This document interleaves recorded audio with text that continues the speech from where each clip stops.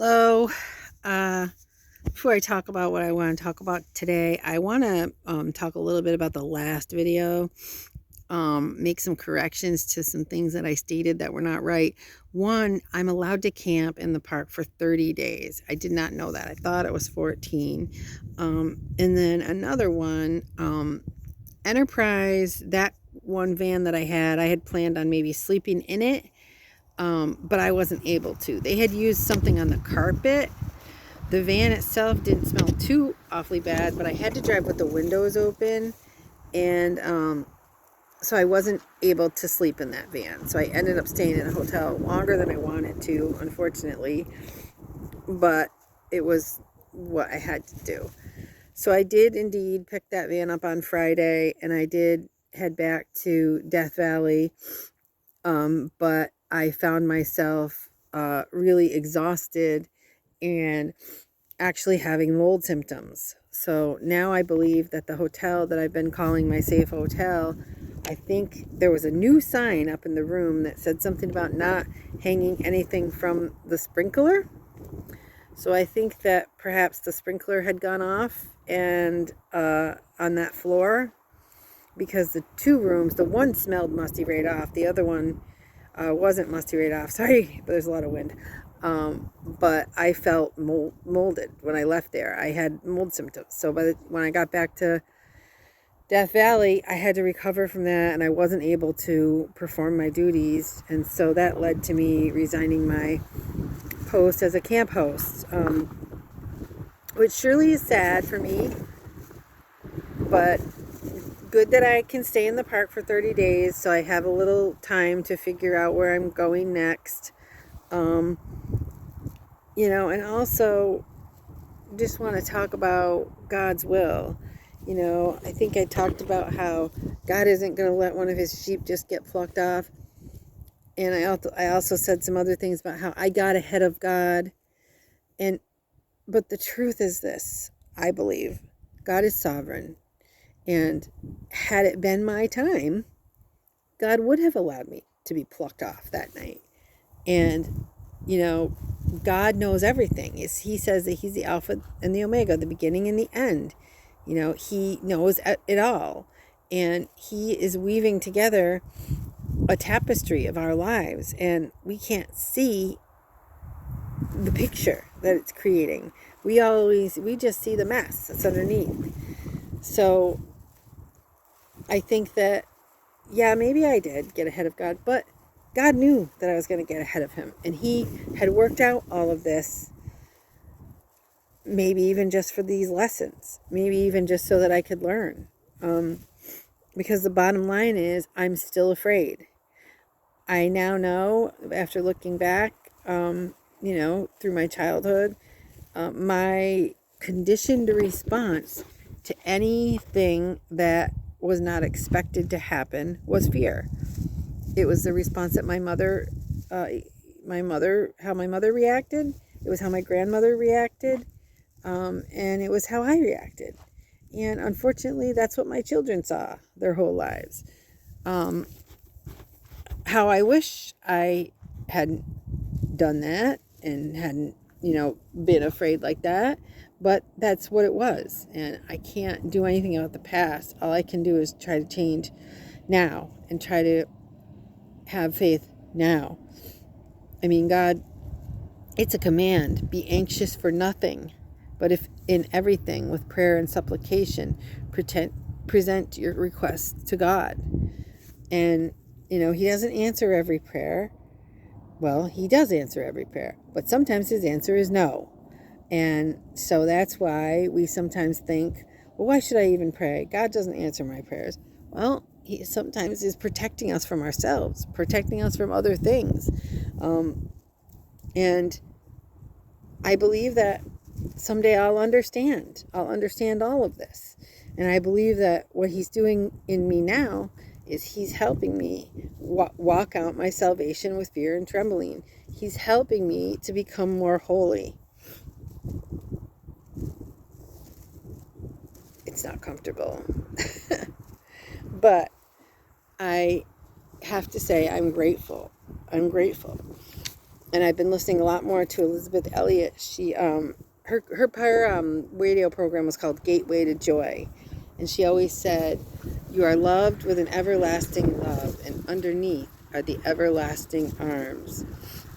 And at the end of her life, she had like dementia, Alzheimer's, and she couldn't speak. I don't know how many years she was in that condition before she finally went on to glory. But I know that she's in glory. I know that everything that she has been teaching me has been invaluable. And part of me is like, why didn't you learn this stuff earlier, Michelle? Why didn't you come across this earlier? And truth is, I had heard the story of, Elizabeth Elliot, of her husband, being killed by Indians, and of her still following God, and even of her going to that same tribe to preach salvation to them. And it did impress me when I heard it. It definitely did. But I never went further into her teachings. I was very superficial, and I was literally just trying to survive. And I was doing whatever I had to do to survive, even if that included sin. And that's what I want to talk about right now, is there have been some little, sin. Just, I'm not even going to name them, or I'm not going to do public confession here, but there's been some sin that has crept into my life in the name of survival. Things that I have done that I'm not proud of, and God's convicting me about it. And what I recognize is that by trying to survive by my own wits, by cutting corners, by saying, well, nobody gets hurt by this, rationalizing, what I'm really doing is I'm hurting myself, and I'm depriving myself, and I'm hurting my Savior,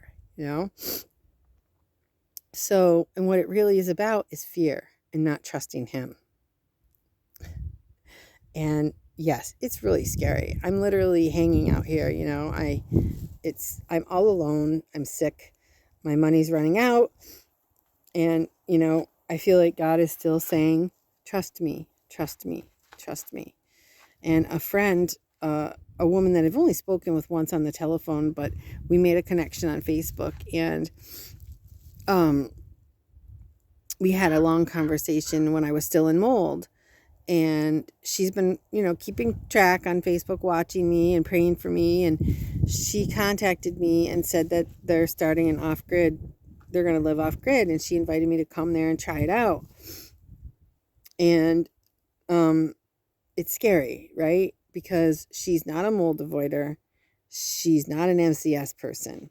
So, I could go there and within a day be flat on my back because there's a lot of mold and chemicals there, and she doesn't know because she's not sick. So I don't know. It's one direction. It's one option that God has given me, to head back east that way. I'm not sure. I don't know what I'm going to do. I haven't been feeling well. I don't know if you can tell. My eyes are, I've got circles and they're puffy, and there's a few things going on. One, I had a brush with hell toxin that I didn't talk about yet. One of the things, when I was going to try to return to my position at Mesquite Campground, I was having trouble getting in and out of my van. So I was trying to order from AutoZone. It's called a side step. It's something that you have them put on your van so that you can step up into the van easier, because my hip was hurting, my leg was hurting. Well, nobody had them because of the supply chain issues. So I, in my desperation, didn't pray about this, mind you, ordered one from eBay. And when it came, I just put it into I thought, oh, great, it came. Now and I have to go back to Pahrump today anyway, because, oh my gosh, after all that, my check engine light came back on again. And so I had to go to Pahrump so they could check it. And so I said, all right, I'll bring this with me and they can put it on. It'll be great. Well, I got halfway to Pahrump and I could perceive that something was wrong in that package. So I got out and I picked it up and I felt the hell toxin on it. And it even smelled like cigarette smoke or something. So that and the other 2 packages that I had stacked up with it, I ended up abandoning in the desert because they were toxic. So now I'm freaking out. I'm like, okay, I got to stay calm. I went to the Chevy dealer, and they indeed told me that it was just because apparently I was tired when I got gas and I didn't tighten my gas cup enough. So that actually was good news. There was nothing wrong with the engine. So I left there, but now I was in a tizzy because of the hell toxin. It was already affecting my body, affecting my mind. I knew I had to take my clothes off, throw them away, decontaminate. So I made some calls in Pahrump, trying to find somewhere that I could shower in Pahrump, somewhere I could, decontaminate. I was not successful in doing that. And like I said, I was mentally compromised because of the smell of the package, the HT on the package. I ended up, it was terrible. It was really terrible and stressful. By the time I got back to Death Valley, it was too late to take a shower here because they lock up the pool area. So I was not able to fully decontaminate. I did, throw my clothes away and, poured some water on myself outside my van. But I got in my bed, and now my blankets are contaminated with hell toxin. And then I don't know if you remembered, but I was only on two outfits of clothes, and then this dress that I pretty much wear as a nightgown. So I ended up having to wear some clothes that really weren't all the way okay for me yet. Ever since that HT issue, I've been taking loads of antihistamines because that's the only way I can keep down the feeling that hell toxin gives me, the mast cell reaction, if you will, the itchiness, the creepy crawly bug feeling, the burning. So now I'm dealing with that. And so between not having the step, feeling terrible, and all that, that's why I knew that, okay, God, I accept this. This is the end of working as a camp host at Death Valley. And, I'm going to rest for a while, and I'm going to reconvene and, try to get back on the right track, whatever that means. And so that's the stage I'm in now. I'm trying to, I'm going to probably have to order another phone, because this phone, even when I'm holding it, I can feel the hell toxin coming from the phone down my arm. But I'm just trying to figure out what order to do that in. The last time I had hell toxin and then I got rid of it, honestly, I kind of got rid of it through Providence.